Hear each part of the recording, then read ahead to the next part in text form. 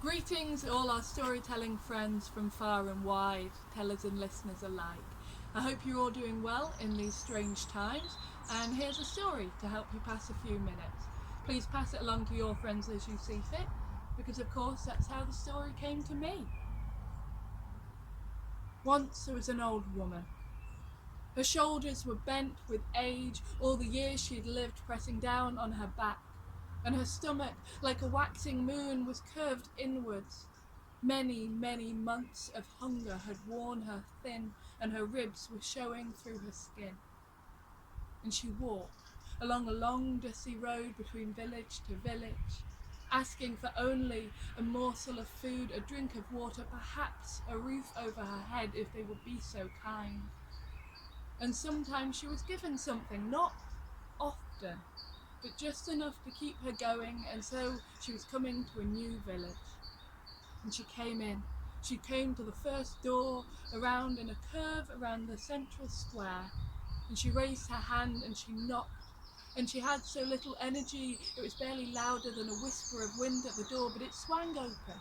And there stood the owner, and she said, "Please, have you got a morsel of bread, a cup of water that you could spare a weary traveller?"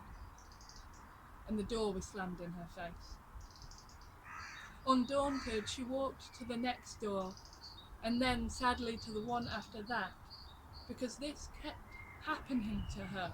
No one had anything for her, no time, no kind words. They would not even look her in the eyes, most of them. She could barely get out her question before the door was shut firmly.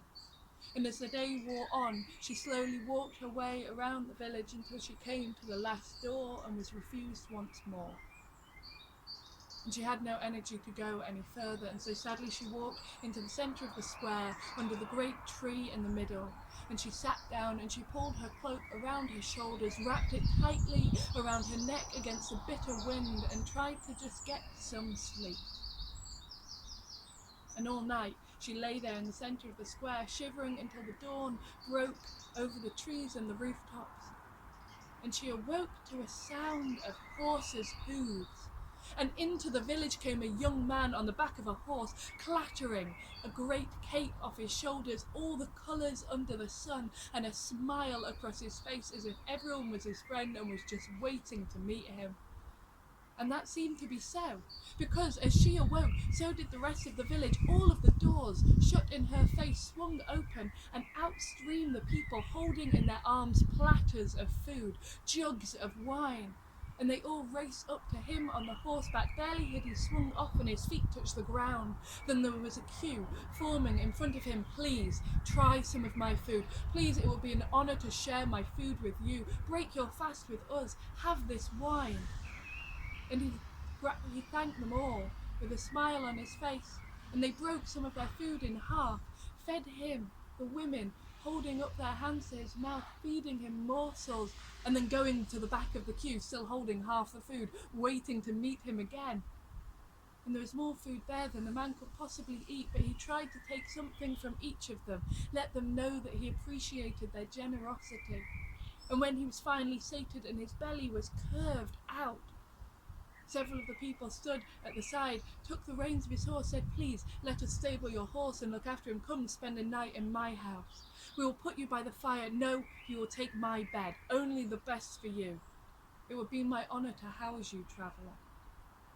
But with a slightly sad smile, he said, "I thank you for your generosity, but I must be on my way. I have many more villages to visit. Thank you." And he swung back onto his horse, the cape fluttering around him, and he prepared to ride onwards. And the old woman had seen all of this, and she used her very last bit of energy to clutch at the bark of the tree and pull herself to her feet, reach out one hand and grasp at his reins as he rode by. "Who are you?" "Grandmother, grandmother, you don't look well. Here, let me He slid off the horse and he held her hand. "Grandmother, what is your name?" "All day I have been in this village, waiting for just an ounce of that generosity you were shown. Every single one of them said they had nothing for me, and yet to you there was no end to their kindness. Grandmother, what is your name?" "I am Truth." And a sad smile graced the young man's lips as he looked at her, and he said, "Well, I am Story. And everyone is always happy to greet Story. Everyone has space for a story, room for a story by their hearth, but no one wants to look truth in the eye. I have a proposition to make, Grandma, for I can't leave you out here in this harsh cold. You should travel with me. I have space on my horse for the both of us. I can wrap my cape around you as you ride behind me. And when we go into villages and I am past food, I will break some of it and I will pass it behind me under the cloak, and you shall eat as I eat. When I am invited in to rest by the fire, you can travel with me under my cloak, and together we will warm ourselves. I will be happy to share this with you, Grandmother. Do you want to climb up beside me?" And she looked up at him with a smile on her face, and he pulled her up onto the horse behind him and wrapped the cloak around, and out they rode from that village. And that is why from that day to this, every time you hear a story and pass one on to your friends, every story has a kernel of truth at the centre. Thank you.